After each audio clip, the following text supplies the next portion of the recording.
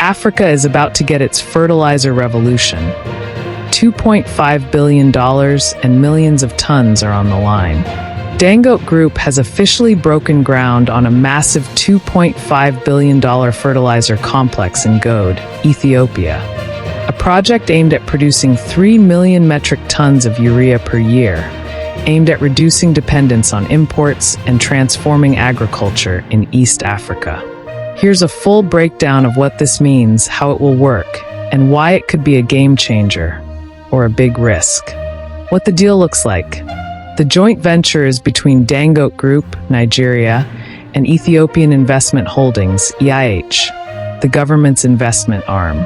Dangote holds 60% equity, EIH holds 40%. The location, Gode, in the Somali regional state of Ethiopia, southeast, relatively close to natural gas fields, Hillel and Caleb. The facility will be one of the largest single-site urea fertilizer complexes globally, with 3 million metric tons per annum capacity. Timeline. Construction is expected to take around 40 months from the start. Key components, beyond just the plant. Natural gas supply and infrastructure. Pipelines will link the plant to the Hillel and Caleb gas fields to feed the production process. Potential fertilizer expansion. Aside from urea, there are plans or provisions for production of other fertilizers like ammonia-based fertilizer, ammonium nitrate, ammonium sulfate, and variations such as calcium ammonium nitrate. Employment and local value. Thousands of direct and indirect jobs expected. Local farmers will have more consistent access to fertilizer. Ethiopia aims to be less import dependent. Why it matters, strategic impacts. Food security and agriculture.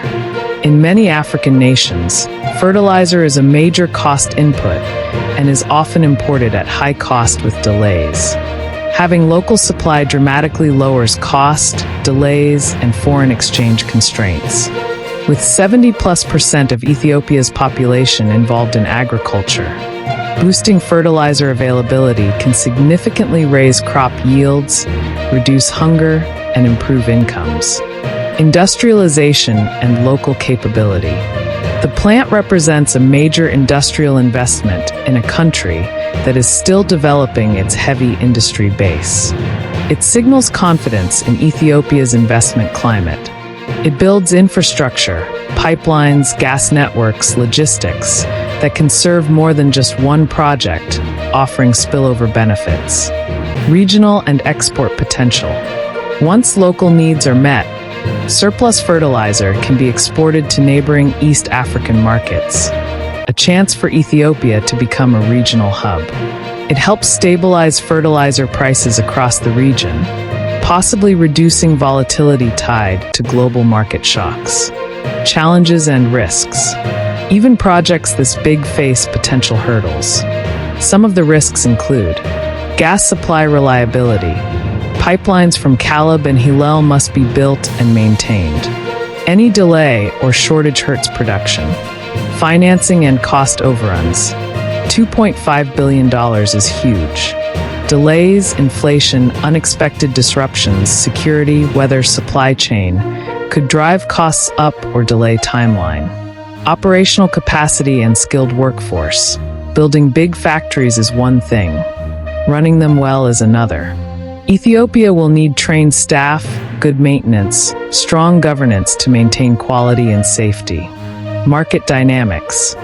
Local farmers must be able to afford fertilizer.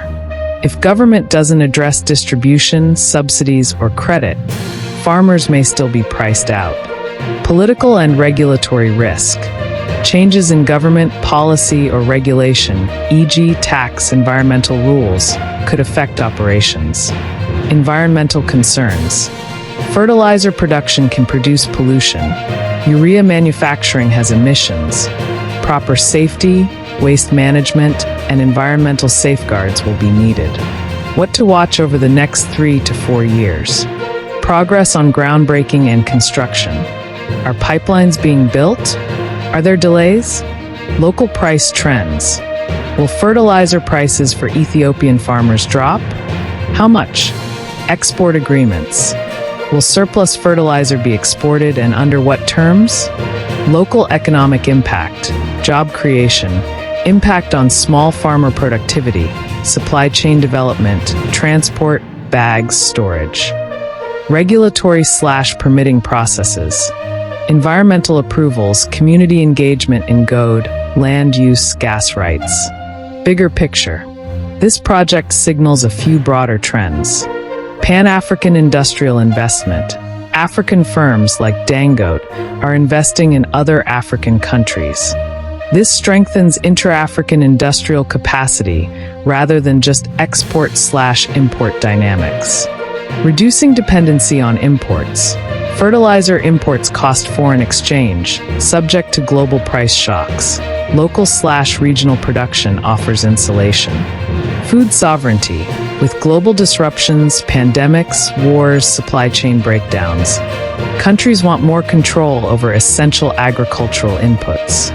Economic multiplier effects. Factory jobs supporting industries, transport, trade, packaging, energy infrastructure. Big projects ripple through many sectors. Final thoughts. Dangote's $2.5 billion fertilizer plant in GODE isn't just another factory. It could be a linchpin in Ethiopia's strategy to feed its people, power its farms, and shift from being a net importer to exporter of fertilizer.